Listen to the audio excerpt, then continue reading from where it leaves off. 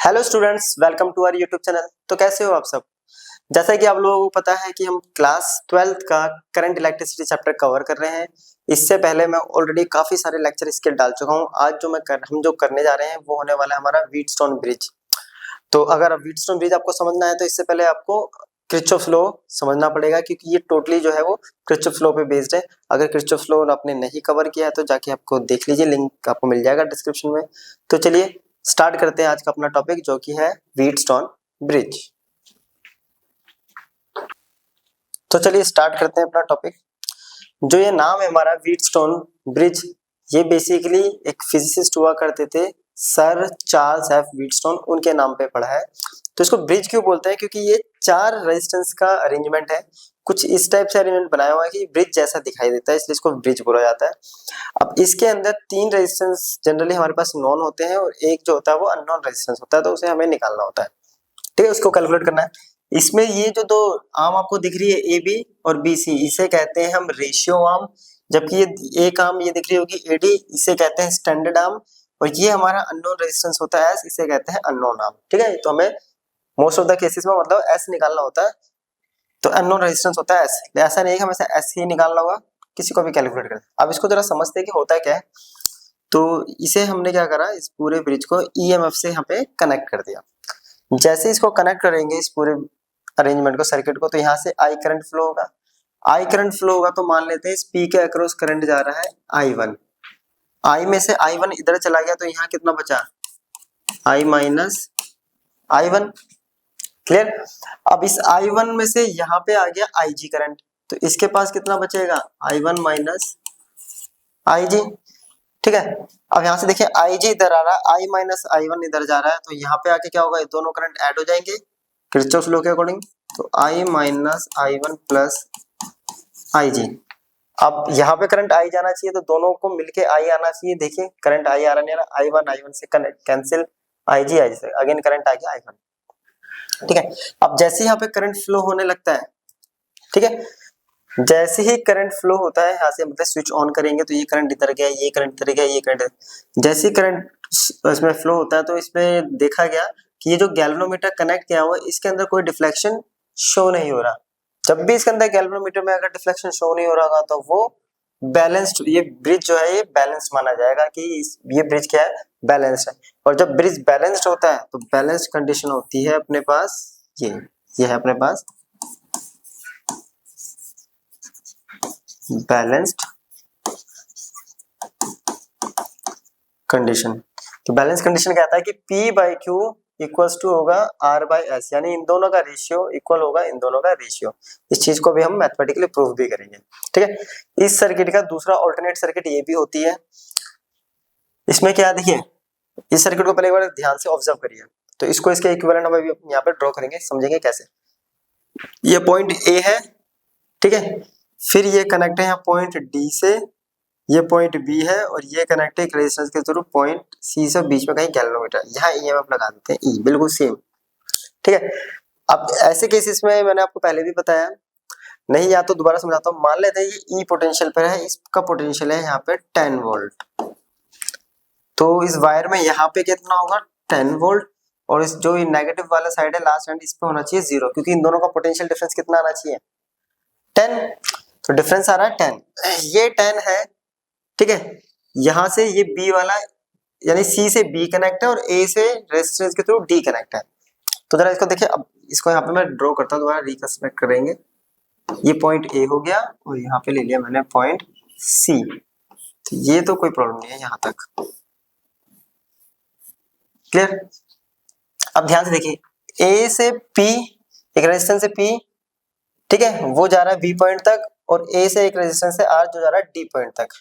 ठीक है, D point तक। उसके बाद सी से एक रेजिस्टेंस क्यू है, वो फिर बी से कनेक्ट हो रहा है, यानी ए ये जो पी और क्यू जो है वो पी पॉइंट पे कॉमन हो गए, पी पॉइंट पे कॉमन हो गए, बी पॉइंट पे सॉरी, है ना। तो ये हो गया हमारा, एक हो गया ये पॉइंट और एक हो गया ये पॉइंट। ठीक है, तो ये हो गया हमारा बी पॉइंट। देखिए बी पॉइंट पे कॉमन है, यहाँ पे क्या है पी, फिर बी से सी तक जा रहा है क्यू। क्लियर। अब ऐसे ही ए से डी तक और सी से डी तक, यहाँ पे डी क्या हो गया, कॉमन पॉइंट हो गया। तो इसको अगर बनाएंगे तो कैसे बनेगा, ये देखिए,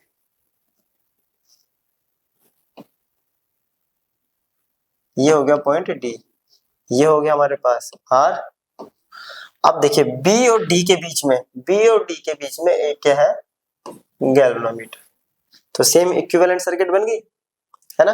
अगर इसके थ्रू देखें तो करंट हमने जो माना था, ये हो गया I1, ये हो गया IG, इसके पास आ जाएगा, एक इधर आ रहा था हमारे पास, यहाँ आ रहा था I माइनस I1, यहाँ जाएगा I minus I1 plus IG, ये IG इधर से फिर आ गया I करंट, जबकि ये था E। क्लियर, इसका इक्विवेलेंट बन गया। ऐसे बहुत सारे सर्किट है जो इसके इक्विवेलेंट होंगे, जो हम क्वेश्चंस करेंगे तो उसमें ज्यादा क्लियर होगा अपने को, ठीक है। अब स्टार्ट करते हैं। यहाँ पे देखिए दो लूप बन रहे हैं, एक लूप ये इस डायग्राम से देख लीजिए, इस डायग्राम दोनों सेम है। एक लूप बन रहा है हमारे पास ये बड़े वाला ए बी डी ट्रायंगुलर वाला, ठीक है। पहले मैं लूप ले रहा हूँ, ए से बी, बी से डी और डी से ए। तो कौन सा लॉ लगेगा किरचॉफ्स का, सेकंड लॉ। तो applying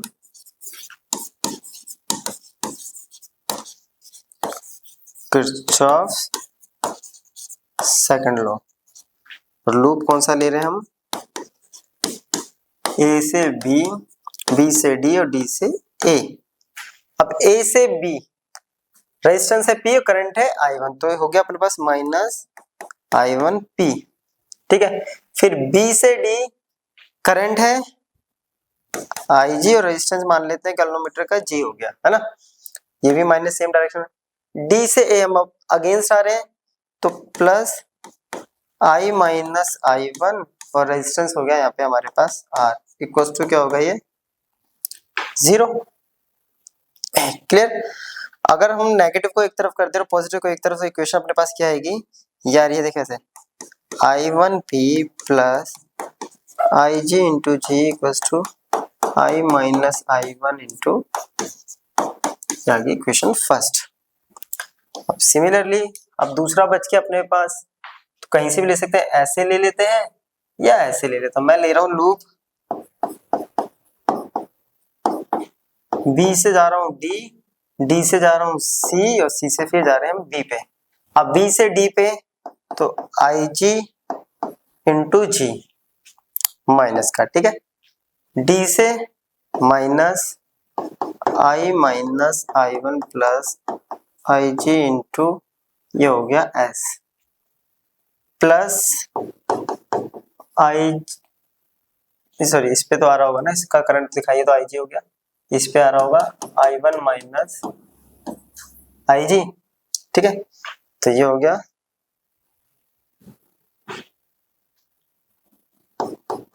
I1 minus IG into Q equals to 0, ठीक है। फिर से क्या करते हैं, इस माइनस वालों को उस तरफ कर देते हैं, तो ये आ रहा है अपने पास I1 minus IG into Q equals to IgG plus I minus I1 plus IG into S। ये देखिए दो इक्वेशन यहाँ बन गई है, ठीक है। ये दो इक्वेशन हमने यहाँ बना ली। अब सिचुएशन क्या कहती है, जब गैल्वेनोमीटर में कोई डिफ्लेक्शन नहीं होगा तो ब्रिज क्या हो जाता है, बैलेंस। और डिफ्लेक्शन का मतलब क्या है कि गैल्वेनोमीटर के थ्रू करंट कैसा है, null, it means zero current flow हो रहा होगा, है ना। तो इसी सिचुएशन को हम लेके चलते हैं। जब एक्सपेरिमेंटली देखा गया तो क्या लिखा, when galvanometer shows no deflection, that is IG equals to हो गया 0, है ना। IG करंट हो गया 0 गैल्वेनोमीटर के थ्रू करंट। अब देखिए फर्स्ट इक्वेशन अगर देखेंगे तो I1P IG 0 हो गया, इधर बच गया I माइनस I1 R, ठीक है। तो फर्स्ट इक्वेशन आ गई I1P equals to I minus I1 into R, equation third बोल देते हैं इसकी। और अगर बात करें हम सेकंड इक्वेशन से, तो ये हो गया I1, ये 0 हो गया, I1Q ये भी 0 हो गया, I minus I1 into S। तो I1Q equals to I minus I1 into S, equation 4। दोनों को डिवाइड कर देते हैं, तो divide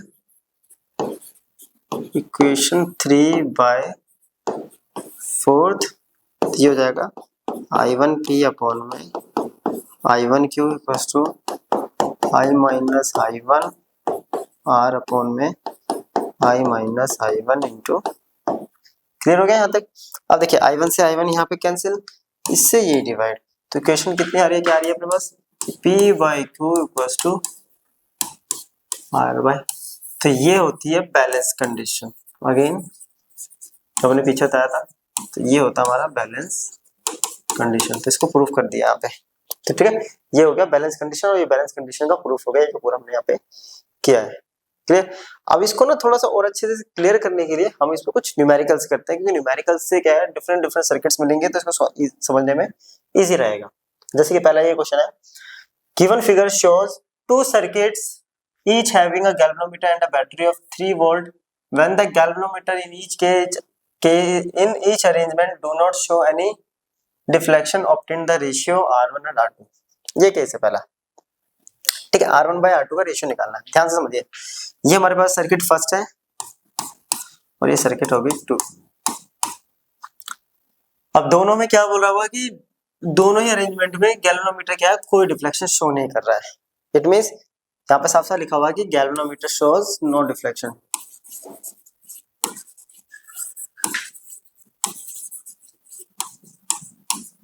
no deflection, that is, इसका मतलब होता है कि ब्रिज कैसा है अपना, तो ब्रिज इज बैलेंस्ड।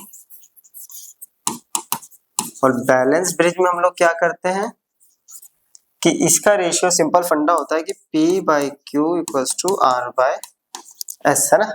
अब सर्किट फर्स्ट के लिए करते हैं हम, सर्किट 1, P हो गया यहाँ पे 4, Q हो गया R1, ठीक है, फिर हो गया ये 6 बाय 9, R1 को इधर ले जाऊंगा, 9 को इधर और 6 को नीचे, ठीक है। तो R1 equals to 4 into 9 bye 6, 2, ठीक है, 3, तो R1 आ गया अपने पास 6 ओम, ठीक है, क्योंकि हमें R1 और R2 का रेशियो निकालना है। सेम अब इसमें क्या करा है, इसमें ध्यान से देखिए, यहाँ पे गैल्वेनोमीटर और बैटरी को इंटरचेंज कर दिया है, तो उससे कोई फर्क नहीं पड़ेगा कि क्वेश्चन में ऑलरेडी गिवन है कि डिफ्लेक्शन शो नहीं कर रहा है। तो डिफ्लेक्शन शो नहीं कर रहा है, तो सर्किट 2 के लिए भी क्या होगा, same condition, 6 by 12 equals to R2 by 8।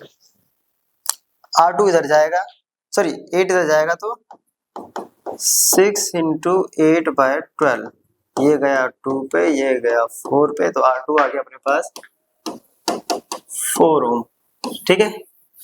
अपने को निकालना है R1 बाय R2, R1 आया है 6, ये आया है 4, तो आंसर आ गया 3 बाय 2। हमें R1 और R2 का रेशियो निकालना था, तो आ गया 3 बाय 2। चलिए नेक्स्ट क्वेश्चन देख लेते हैं। कह रहा है find out the magnitude of resistance X, इस X की वैल्यू निकालनी है in the circuit shown in the figure when no current flows through the 5 ohm resistance, है ना। जब इससे कोई करंट फ्लो नहीं कर रहा है, इससे जब कोई करंट फ्लो नहीं कर रहा है, तो आपको क्या करनी है, कैलकुलेट करनी है ये। क्लियर? चलिए कैलकुलेट करते हैं, कैसे, सिंपल सा देखिए, इसको पहले ना नेमिंग करते हैं, A B C D, clear, तो हो गया अपने पास A B C D। अब ध्यान से देखते देखें, यहाँ से 6 वोल्ट आ रहा है, ठीक है, A और C हो गए 2 पॉइंट अपने पास, यहाँ से A, दूसरा मिल गया हमें यहाँ C, मान लेते हैं ये आ रहा है 6 वोल्ट पॉजिटिव से A की तरफ, ठीक है। अब A से एक जा रहा है B की तरफ और एक पॉइंट जा रहा है D की तरफ, ठीक है, समझना जरा। फिर C से एक पॉइंट जा रहा है D की तरफ और दूसरा आ रहा है B की तरफ, क्लियर यहाँ तक। तो ये जा रहा है, देखते हैं, यहाँ ले लिया हमने D, अब D से C की तरफ भी आ रहा है, ये तो आ गया X और ये आ रहा है 18, राइट। फिर A से एक पॉइंट जा रहा है B की तरफ और C से भी एक पॉइंट आ रहा है बी की तरफ, ये हो गया बी पॉइंट, ये आ रहा है 6 ओम, ये हो गया 2 ओम, और बीच में है इन दोनों के एक 5 ओम। खत्म। यहाँ पे साफ साफ बोल रहा है करंट फ्लो नहीं हो रहा, करंट फ्लो नहीं हो रहा, तो इसका मतलब क्या है,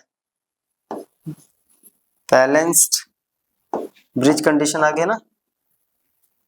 इट मींस ये एक तो व्हीटस्टोन ब्रिज का अरेंजमेंट बन गया, ऊपर से बैलेंस भी दे रखा है।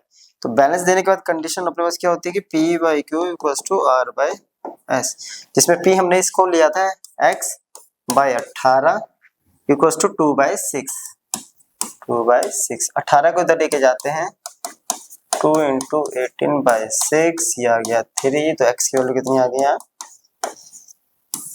क्वेश्चन बहुत छोटा है, बस सारा का सारा जो यहाँ पे जो गेम रहेगा ना अपना, वो रहेगा हमें इस डायग्राम जो भी हम सर्किट दे रखा हो उसको कंस्ट्रक्ट करने में, रिकंस्ट्रक्ट करने में। अगर डायग्राम समझना आ गया तो यहाँ पे आप सारे क्वेश्चंस कर सकते हैं। क्लियर? चलिए नेक्स्ट टॉपिक करते हैं। नेक्स्ट क्वेश्चन है अपना, calculate the current drawn from the battery by the network of resistors shown in figure. ये एक अरेंजमेंट दे रखा है, इसके अंदर बैटरी जो ये आई करंट भेज रहा है, ये हमें फाइंड आउट करना है। और ये अभी मैंने पीछे इसका कराया था, ये बैलेंस कंडीशन होती है व्हीटस्टोन ब्रिज की, राइट। तो इसको दोबारा से रिकंस्ट्रक्ट कर लेते हैं एक बार फिर से, वहां तो किया ही था हमने। ए सी ये हो गया 4 वोल्ट, ठीक है। इसमें क्या होता है फिर, एक पॉइंट डी और एक पॉइंट ये हो गया बी। अब देखिए डी से सी पे जा रहा है और ए से भी जा रहा है, ए से डी पे जा रहा है 2 ओम, और सी से भी आ रहा है, इस पे आ रहा है 2 ओम, और सी से जा रहा है डी पे 4 ओम, ठीक है। ठीक है, फिर बी से ए पे, ए से डी पे आ रहा है 2, अब ए से बी पे जा रहा है अपने पास 1, और यहां से भी एक रेजिस्टेंस आ रहा होगा सी से बी पे, देखिए सी से बी पे आ रहा है 2। क्लियर? ये हो गया, चलिए हो गया तक। अब बीच में क्या आ रहा है अपने पास, इन दोनों के बीच में है 5 ओम। अब यहाँ पे बैलेंस है या नहीं, पहले तो ये चेक कर लेते हैं। इसको चेक करते कैसे, इन दोनों का रेशियो इसके बराबर होना चाहिए, है ना। इट मीन जो P बाई क्यू है, अगर R बाई एस आ जाता है तो बैलेंस हो जाएगा। P बाई क्यू बोले तो 2 बाई 4, जो कि आ गया 1 बाई 2, ठीक है। तो इन दोनों का रेशियो देखते हैं 1 बाई 2, तो दोनों का रेशियो क्या है यहाँ पे, है ना। तो P बाई क्यू का रेशियो तो आ गया 1 बाई 2, और R बाई एस का रेशियो भी आ गया 1 बाई 2। इट मीन्स यहाँ पे हो गया ब्रिज इज बैलेंस। अगर ब्रिज बैलेंस है तो कोई भी करंट फ्लो नहीं होगा बीच वाले रेजिस्टेंस से, नो करंट फ्लोज थ्रू 5 ओम। अगर इससे कोई करंट फ्लो नहीं हो रहा तो इसका तो कोई इफेक्ट ही नहीं पड़ रहा सर्किट पे। क्लियर? तो अब ये सर्किट कैसे बन जाएगी अपने पास, ये सर्किट कुछ ऐसे बन जाएगी, ये ए पॉइंट है, एक रेजिस्टेंस, 2 रेजिस्टेंस, पॉइंट सी,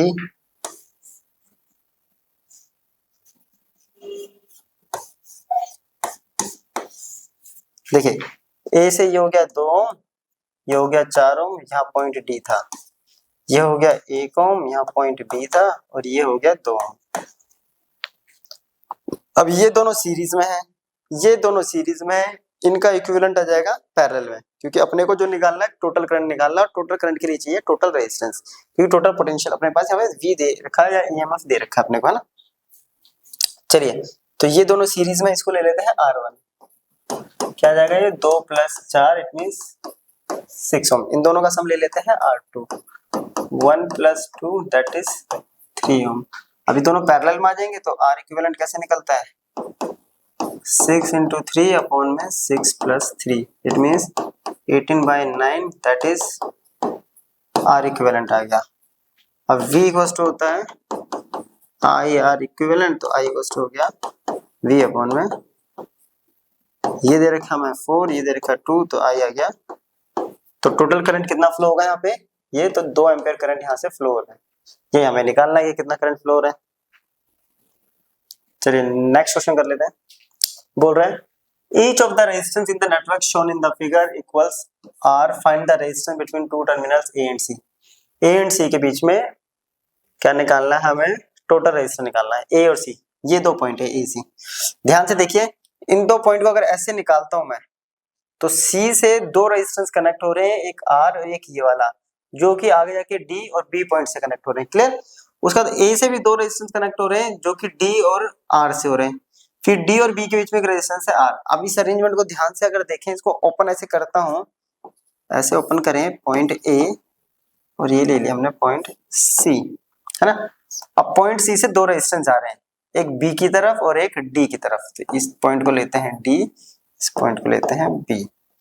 देखिए पॉइंट C से गए ये 2 रेजिस्टेंस R, एक और गया है यहाँ R, ये गया यहाँ R, ये गया है यहाँ, और D और B के बीच में एक रेजिस्टेंस हो रहा है R। तो व्हीटस्टोन ब्रिज का ये अरेंजमेंट बन गया।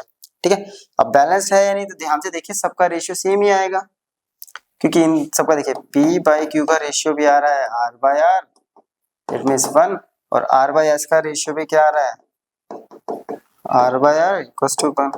तो इसका मतलब क्या है कि ब्रिज इज बैलेंस्ड। अब ब्रिज बैलेंस है तो अगेन ये कैसा हो गया, इनइफेक्टिव, इसका कोई इफेक्ट ही नहीं है। फिर से वही जो जैसे पीछे क्या था, तो यहाँ 2 चीजें बन हो रही है अपने पास, 2 कंडीशन है, R R R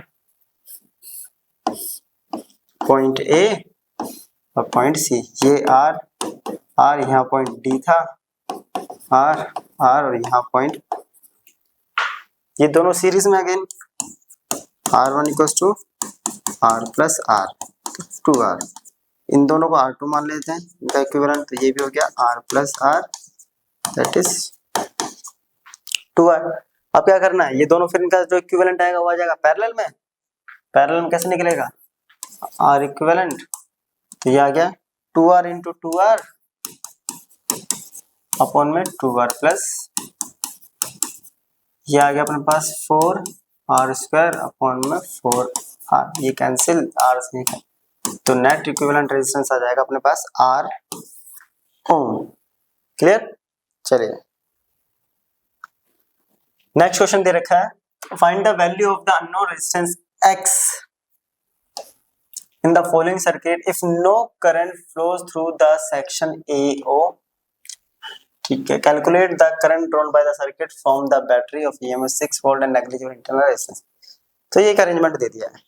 ठीक है, ध्यान से देखना इसको, यहाँ बैटरी कनेक्ट है B पॉइंट से और C पॉइंट के बीच में, B और C के बीच में। फिर B से ध्यान से देखना, अगर B से बात करूं तो B पॉइंट से 2 रेजिस्टेंस आ रहे हैं, एक A पे कनेक्ट हो रहा है और एक O पे कनेक्ट हो रहा है। क्लियर, O पे। फिर C से भी 2 रेजिस्टेंस आ रहे हैं, एक A से कनेक्ट हो रहा है और एक O से कनेक्ट हो रहा है, और फिर एक AO। तो इसको पहले रिकंस्ट्रक्ट करते हैं। इधर पॉइंट दे दिया हमें B, ठीक है, और इधर दे दिया हमारे पास C जो कि बैटरी से कनेक्ट है 6 वोल्ट। ठीक है, अब B से एक रेजिस्टेंस जा रहा है O की तरफ और एक A की तरफ और एक O की तरफ। तो ये मान लेते हैं यहाँ कोई पॉइंट है A, और A से भी जा रहा है C पे, A से C पे आ रहा है 4 ओम और ये आ रहा है 2 ओम। क्लियर। फिर B से O पे, ये एक पॉइंट ले लिया हमने, O पे आ रहा है यहाँ 3 ओम, और C से भी आ रहा है, सॉरी ये आ रहा है हमारे पास X रेजिस्टेंस। ठीक है, और बोला हुआ है नेग्लिजिबल, ये जो रेजिस्टेंस है ये नेग्लिजिबल बोला हुआ है, इंटरनल रेजिस्टेंस जो कि है ये कनेक्ट है यहाँ, तो इसको हमें नेग्लिजिबल मानना है। क्लियर। सो अपने को क्या निकालना है, इसके अक्रॉस जो है AO के अक्रॉस है 10 ओम, इसमें कोई करंट फ्लो नहीं हो रहा, तो ये हो गया इनइफेक्टिव। तो बोला find the value of unknown resistance X। ठीक है, अननोन रेजिस्टेंस है। अगर इसके अंदर करंट फ्लो नहीं हो रहा तो ब्रिज कैसा है, ये बैलेंस। और ब्रिज अगर बैलेंस है तो बैलेंस का कंडीशन क्या होता है, P by Q equals to R by P हो गया 2, Q हो गया 4, R हो गया 3 और S हो गया X। Clear, P by Q equals to R by S। X को इधर लेके जाते हैं 3 इंटू 4 बाय 2, तो X की वैल्यू आ गई 6 ओम। पहला X निकालना था, ठीक है।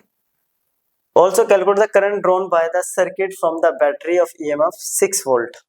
क्लियर, अब यहाँ पे दे रखा 2.4 ओम रेजिस्टेंस ओम। चलिए, तो करंट निकालना है बैटरी से, यानी यहाँ से I करंट जा रहा है तो I वापस आएगा, और I करंट यानी टोटल करंट है ना।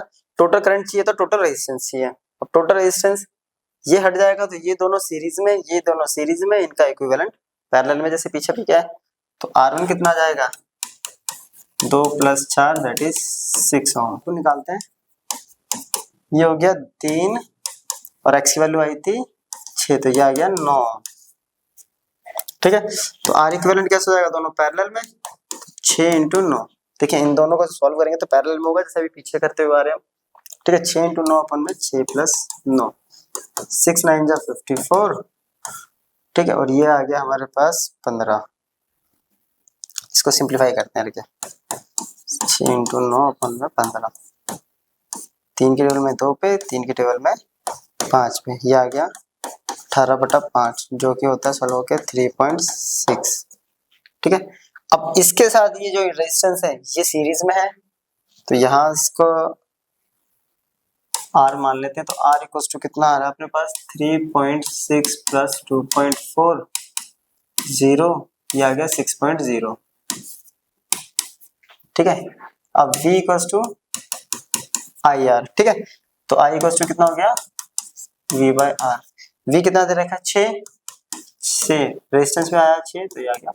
तो इसके अक्रॉस कितना करंट फ्लो हो रहा है सर्किट से, टोटल वो 1 एम्पियर करंट यहाँ से जाते हुए यहाँ से फ्लो होगा। ठीक है, चलिए next question, calculate the ratio of the heat produced in the 4 arms of the Wheatstone bridge. हमें हीट प्रोड्यूस निकालनी है चारों आर्म में और उनका भी रेशियो निकालना है। तो अपने पास क्या होना चाहिए, सबसे पहले हम इसको देखते हैं। देखिए हीट प्रोड्यूस का जो फॉर्मूला है वो होता है अपने पास H = I² RT। तो पहले तो I निकालना है, ठीक है, उसके बाद R तुम निकाल लेंगे, कोई इशू नहीं है। क्लियर, वो तो ऐसा कोई इशू है नहीं, लेकिन I निकालने के लिए अपने को क्या देखना पड़ेगा, पहले ये देखना पड़ेगा ये बैलेंस है या नहीं। तो हम पहले इसका रेशियो निकालते हैं P/Q का, जो कि है 40/10, तो आ गया ये 4। R/S ये है 60/15, ये भी आ गया 4। तो इट मींस कि P/Q इक्वल्स टू R/S। तो ब्रिज कैसा है, इज बैलेंस्ड।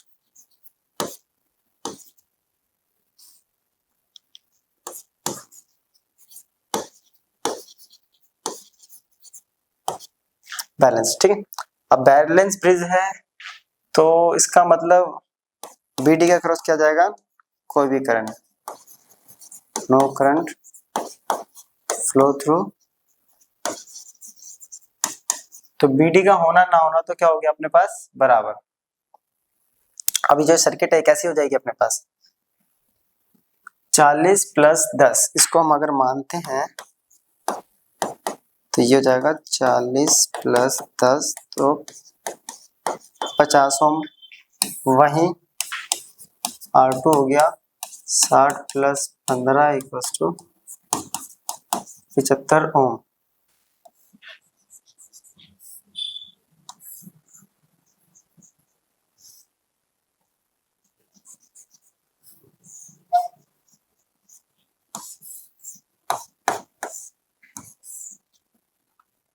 यहाँ से E पोटेंशियल आ रहा था, ये है 40 और ये है 10, ये है 60 और ये है 15। यहाँ करंट आ रहा है I1 और यहाँ करंट आ रहा है I2। अब देखिए ये सीरीज है ना, ये आ रहा था अपना 50, इसको सॉल्व करके आ रहा है 50, इसको सॉल्व करके आया है 75, और ये दोनों आपस में क्या होगा पैरेलल में। पैरेलल में क्या होता है, पोटेंशियल डिफरेंस सेम रहता है। तो यानी पोटेंशियल डिफरेंस अक्रॉस, अगर नाम इसको दें हम, यहां से क्या था पॉइंट ए, ये सी, बी, 30, तो नेमिंग से भी नहीं, हम लिख लेते हैं सिंपल 50, है ना। तो पोटेंशियल डिफरेंस अक्रॉस 50 ओम इक्वल्स होगा पोटेंशियल डिफरेंस अक्रॉस 75 ओम, और वो होता है आई इंटू आर। इस पे करंट जा रहा है I1 और आर है 50, यहाँ जा रहा है I2 और आर है 75। तो I1 bye I2 equals to आ रहा है 75/50, जो कि 5 के टेबल से जाएगा 1, 15, 10, 3/2। तो I1 इक्वल्स टू आ रहा है 3/2 I2, ठीक है। या I2 इक्वल्स टू आ रहा है, कैसे निकाल सकते हैं, और I2 अगर कैलकुलेट करना हो तो 2/3 I1। तो I1 I2 निकल गया, निकालना है रेशियो। अब रेशियो कैसे निकलेगा, इसके अक्रॉस निकालते हैं पहले हम हीट, ठीक है। हीट अक्रॉस I1 है, इसको पीछे कर लेते हैं चलिए, ठीक है। I1 आया था अपने पास 3/2 I2, ठीक है। अब हम निकाल रहे हैं हीट AB। I1 करंट जा रहा है I1 स्क्वायर, ठीक है। I1 स्क्वायर जा रहा है, और ये है RT, R यानी 40 इंटू टी, है ना। रेजिस्टेंस था 40 और 10, एक बार नजर मार देते हैं फिर से, 40, 10 और 60, 15। अब देखिए यहाँ पे करंट पूरे में I1 जाएगा इसमें, और इसमें I2 जाएगा। चलिए I1 की वैल्यू है 3/2, इसका स्क्वायर कर दिया इंटू 40t, ये आ गया 9/4 इंटू 40t, कट गया 10, तो ये आ गया 90t, ठीक है। ये आ गया हीट अक्रॉस AB, ठीक है। अब दूसरे का अक्रॉस निकालेंगे AB से BC, वो रेजिस्टेंस, वो भी करंट है I1 का स्क्वायर, रेजिस्टेंस है वहां पे 10 इंटू टी, I1 हो गया 3/2 का square into 10t, that is 9/4 again, जो कि हो जाएगा इससे कट के 2.5, 2.5 को मल्टीप्लाई करेंगे 9 में 45, 18, तो आ गया 22.5t, BC आ गया। अब बात करते हैं हम CD की, सॉरी CD नहीं, ये AD की 60 है और ये है 15, HAD, तो इस पर करंट जा रहा है I2 स्क्वायर, R है 60 इंटू टी, तो ये तो सिंपल सा आ गया,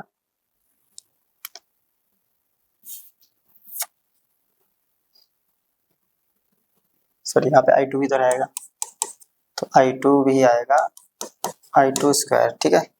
यहाँ भी I2 रहेगा, तो ये चलेगा I2 स्क्वायर, क्लियर।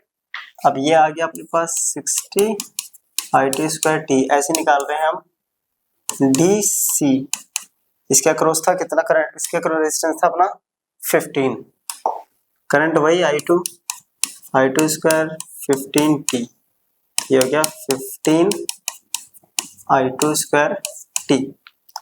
अब क्या निकालना था इनके क्रॉस रेशियो, तो कैसे निकलेगा, heat AB ratio heat BC ratio of heat AD और रेशियो ऑफ हीट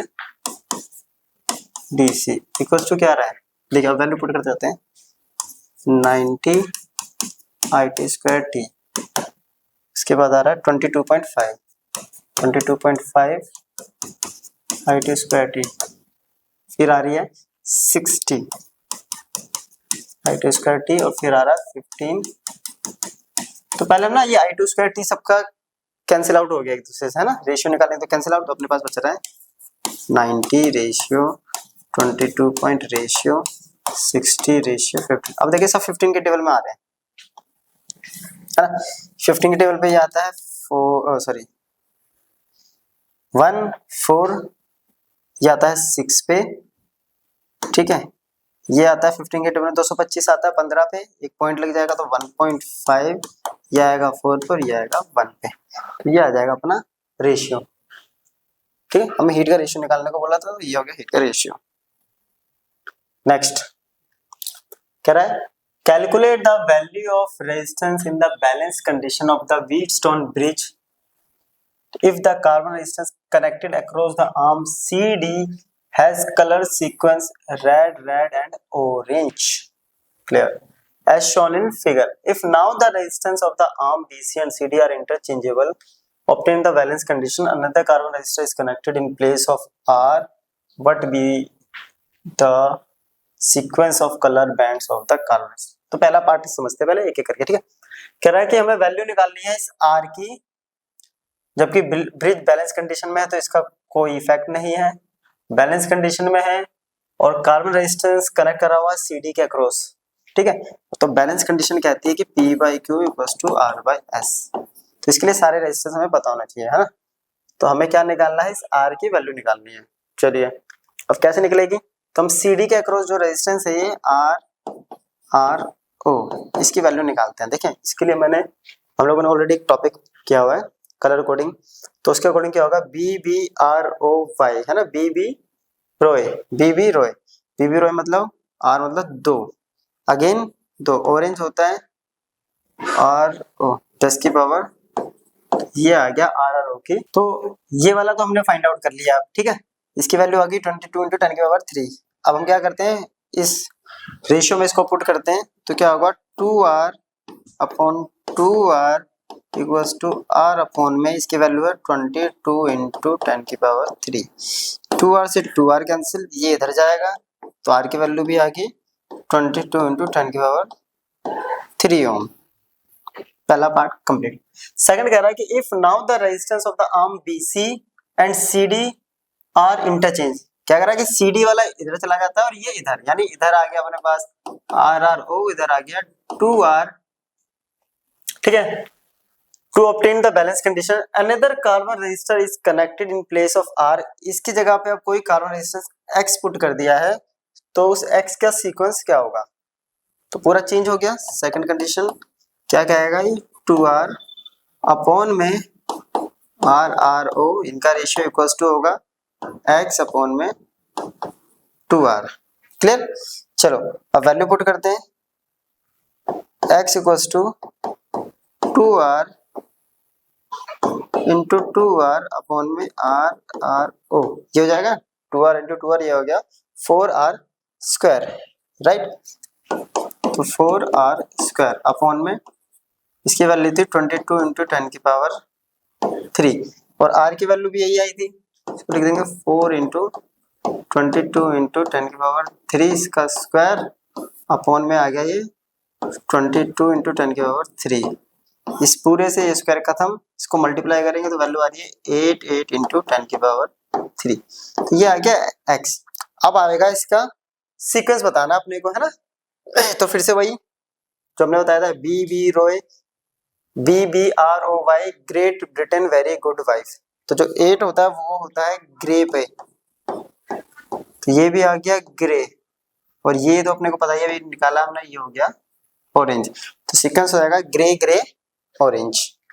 चलिए next question, the Wheatstone bridge given in the figure is showing no deflection in the galvanometer joint between the points B and D. Compute the value of R. कह रहा है कि ये Wheatstone bridge का एक वो दे रखा है सर्किट, इसमें क्या कह रहा है, BD में अगर कोई डिफ्लेक्शन नहीं हो रहा तो ब्रिज बैलेंस हो गया, है ना। ब्रिज बैलेंस हो गया तो इस R की वैल्यू निकालनी है। अब इस R की वैल्यू निकालने के लिए पहले हमें इस टोटल रेजिस्टेंस की वैल्यू पता होनी चाहिए, तो इसको हम निकालते हैं। तो हम इसको BC, है ना, R हम BC का निकाल रहे हैं, तो ये कैसे निकलेगा, या R इक्विवेलेंट कुछ भी लिखा था, RBC लिख दिया, ठीक है। ये होगा R × 100 अपॉन में R + 100। अब बैलेंस कंडीशन क्या कहती है, तो बैलेंस कंडीशन को फॉलो करते हैं, वो कहता है अपना P/Q = R/P हो गया यहाँ 100, Q हो गया यहाँ, यानी इट मीन्स ये R × 100 और ये ऊपर चला जाएगा तो R + 100, R हो गया 200, S हो गया अपने पास 40। ठीक है, ये 100 से 100 कैंसिल, तो यहाँ आ रहा अपने पास R प्लस 100 अपॉन में R, ये आ रहा है अपने पास 5। क्लियर, तो इधर जाएगा 5R, तो R plus 100 equals to 5R, यार तो जाके माइनस, तो ये हो गया 4R इक्वल्स टू 100, तो R की वैल्यू आ गई 25 ओम। तो अननोन रेजिस्टेंस निकालना था, वो हो गया हमारा 25 ओम। क्लियर, तो ये था हमारा आज का लेक्चर जिसमें हमने पूरा का पूरा व्हीटस्टोन ब्रिज कंप्लीट कर लिया है। तो यहाँ पे हमारा ये व्हीटस्टोन ब्रिज कंप्लीट। अब इससे आगे के लेक्चर में हम आगे के टॉपिक्स को कवर करेंगे, बट सीबीएसई के अकॉर्डिंग जो टॉपिक्स थे हमारे वो व्हीटस्टोन ब्रिज तक थे, बट मैं एक टॉपिक और आपको कवर कराऊंगा इससे आगे, वो है मीटर ब्रिज, क्योंकि उससे रिलेटेड कई बार एंट्रेंस में क्वेश्चन आ जाते हैं, तो इसको कंप्लीट करेंगे इसके बाद। तो मिलते हैं नेक्स्ट लेक्चर में, तब तक के लिए गुड बाय।